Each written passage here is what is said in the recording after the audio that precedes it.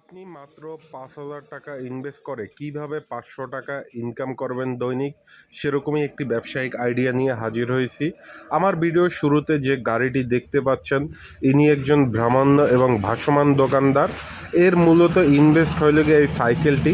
এরকম একটি সাইকেল যদি পুরাতন কিনেন সর্বোচ্চ গেলে ১৫০০ থেকে ২,০০০ টাকা লাগতে পারে। আর কিছু জগ, গ্লাস, হাঁড়ি, পাতিল এগুলো বিক্রি করতেছে। মেয়েদের আপনার কসমেটিক সহ বিভিন্ন ধরনের আপনার জুয়েলারি প্রসাধনীও বিক্রি করছে উনি। তবে একটা কথাই বলবো যে এই ব্যবসা করতে অনেকে হয়তো বা লজ্জা পেতে পারেন, কিন্তু যারা লজ্জা পাবেন এই ব্যবসাটি তাদের জন্য না। সমাজের যারা নিম্নবিত্ত আছেন, যারা গা খেটে কাজ করেন, তারা এই ব্যবসাটি করতে পারেন।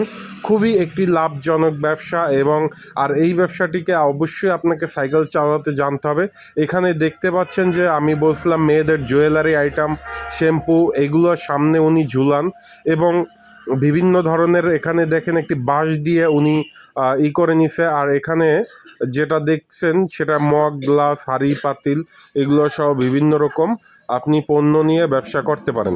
আর এই পণ্যগুলো সাধারণত আপনাকে ঢাকা থেকে বা এলাকার থেকেও আপনি পাইকারি সংগ্রহ করতে পারবেন। আর উনি মূলত ভাঙ্গারি ক্রয় করে, মানে আপনার ভাঙ্গারি লোহা ধরেন ২০ টাকা কেজি দরে কিনে নতুন মাল বিক্রি করে। অর্থাৎ আপনি পুরাতন মাল দিয়েও আপনি নতুন মাল নিতে পারবেন, মানে পুরাতন মাল দিয়েও আপনি নতুন মাল নিতে পারবেন। তো এই ব্যবসাটি আমাদের দেশে জনপ্রিয় ব্যবসা। আর এক কথায় বলতে গেলে এই ব্যবসাটির নাম ফেরি ব্যবসা। আর ওনার বাম পাশে যে জিনিসটা দেখতে পাচ্ছেন, এখানে কিছু প্লাস্টিক আইটেম এবং হাঁড়ি পাতিল রাখছে, মেয়েদের চুলের ব্যান্ড।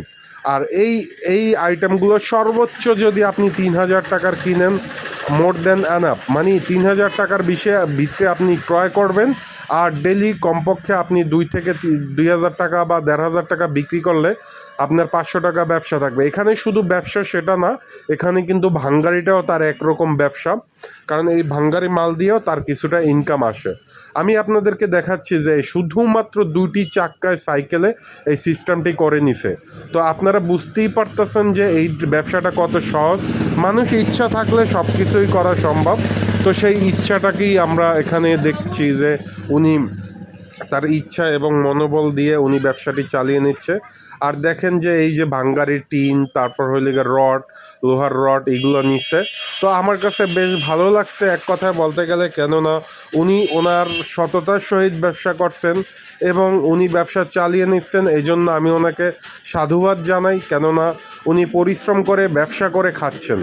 আর এরকম একটি সাইকেল নিয়ে আপনিও ব্যবসা শুরু করতে পারেন। আপনি যদি নিম্নবিত্ত হন, আপনার জন্য এই ব্যবসাটি, কারণ চোখে লজ্জা রাখলে আপনাকে কেউ ভাত দিবে না, ঠিক আছে? তো আপনারা এই ব্যবসাটি যারা বেকার বসে আছেন, তারা একটি সাইকেল এবং এই মালামালগুলো যদি আপনার এলাকা থেকে পাইকারি নেন, কিছুটা লাভ কম হবে। এবং ঢাকা থেকে যদি পাইকারি নিয়ে আসেন, তাহলে আপনার লাভের সংখ্যাটা বেশি হবে।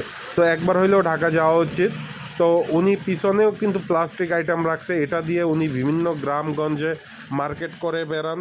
এবং উনি সকাল থেকে সন্ধ্যা পর্যন্ত এই কাজটা করেন এবং মোটামুটি খেয়ে দেয়ে আলহামদুলিল্লাহ।